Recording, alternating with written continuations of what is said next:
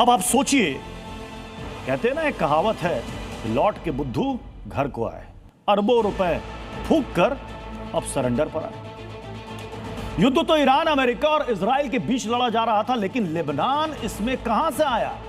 Lebanon पर Netanyahu ने stand clear कर दिया है कि सीज फायर वाली बात यहां लागू नहीं होती। लेबनान की राजधानी बेरूत समेत कई शहरों पर इजराइल लगातार मिसाइलें बरसा रहा है।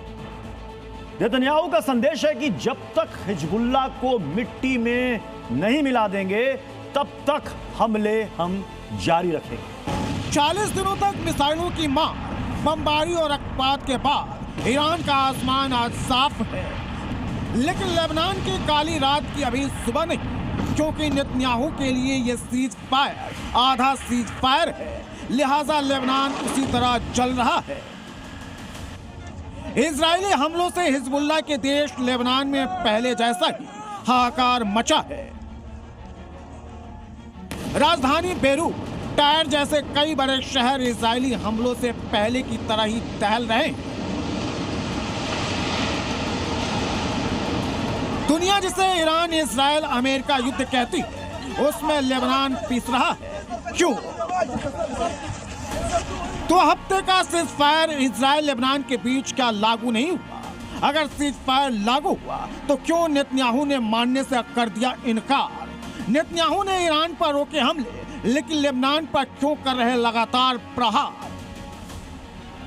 इन सवालों का जवाब जानना बहुत जरूरी है, क्योंकि सीज फायर का मतलब ही होता है न किसी की हार, न किसी की जीत।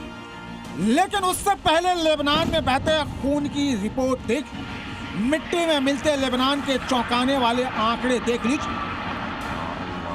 लेबनान में अब तक 1497 लोगों की मौत हुई है और 4639 लोग घायल हैं।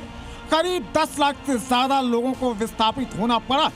इजराइल ने लेबनान की सीमा के भीतर कई किलोमीटर के इलाके को एक तरह से बफर जोन बना दिया है। बतौर इजराइल, लेबनान 2 हफ्ते के लिए लागू सीज फायर से बाहर है। नेतन्याहू का स्टैंड क्लियर है कि लेबनान के लिए ये सीज फायर नहीं हुआ है। अब सवाल है कि क्यों? तो इसका जवाब हिजबुल्लाह की ही करतूतें हैं। इजराइल की दलील है कि ईरान के प्रॉक्सी हिजबुल्लाह इजराइल पर लगातार हमले कर रहा है। हिजबुल्लाह को हमले के लिए हथियार ईरान से मिल रहे हैं, और ये तो तथ्य है कि हमास, हूती की तरह हिजबुल्लाह को खाद पानी भी ईरान से ही मिलता है। इजराइल ने हिजबुल्लाह के खिलाफ हमले 28 फरवरी से शुरू नहीं किए, इससे पहले से चल रहा है, जिसे ईरान सीज फायर के दौरान रोकने की मांग कर रहा है, और नेतन्याहू रुक नहीं रहे।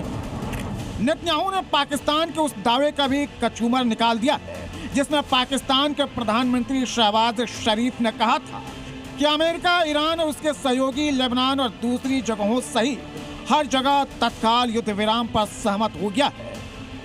नेतन्याहू के सीज फायर को लेकर भी 2 तरह की थ्योरी सामने आ रही है। थ्योरी नंबर 1 कि इजराइल का ईरान से सीज फायर के लिए अब भी इनकार है, और थ्योरी नंबर 2 कि नेतन्याहू ईरान से सीज फायर के लिए सहमत थे, तभी सीज फायर हुआ। लेकिन नेतन्याहू ने सीज फायर में लेबनान को बाहर रखा। हो सकता है इजराइल हूतियों पर भी हमले करे, क्योंकि हूती भी ईरान की ही प्रॉक्सी ताकत है। अब सवाल उठता है कि लेबनान पर इजरायली हमले का मकसद क्या है? तो इसे 3 पॉइंट में समझने की कोशिश करते हैं। नंबर 1, हिजबुल्लाह को इतना कमजोर करना कि भविष्य में कोई भी संघर्ष न हो। नंबर 2, हिजबुल्लाह के इसमें हथियारों के भंडारों और प्रक्षेपण स्थलों को निशाना बनाना, आपूर्ति मार्गों को बाधित करना। नंबर 3, सीरिया लेबनान सीमा के पास हिजबुल्लाह समर्थक ऑपरेटरों को खत्म करना। यह समझना बहुत जरूरी है कि अमेरिका के लिए ईरान युद्ध का मकसद परमाणु संवर्धन को रोकना और सत्ता परिवर्तन पर हो सकता है, लेकिन इजराइल के लिए ईरान के साथ युद्ध सिर्फ ईरान को नेस्तनाबूद करना नहीं है, बल्कि उसके प्रॉक्सी हिजबुल्लाह, हूती और हमास को भी सदा के लिए मिटा देना है। यह सारी ताकत इजराइल के अस्तित्व को ही नकारती है। लिहाजा ट्रंप और नेतन्याहू ने भले ही मिलकर युद्ध शुरू किया, लेकिन दोनों का मकसद एक नहीं।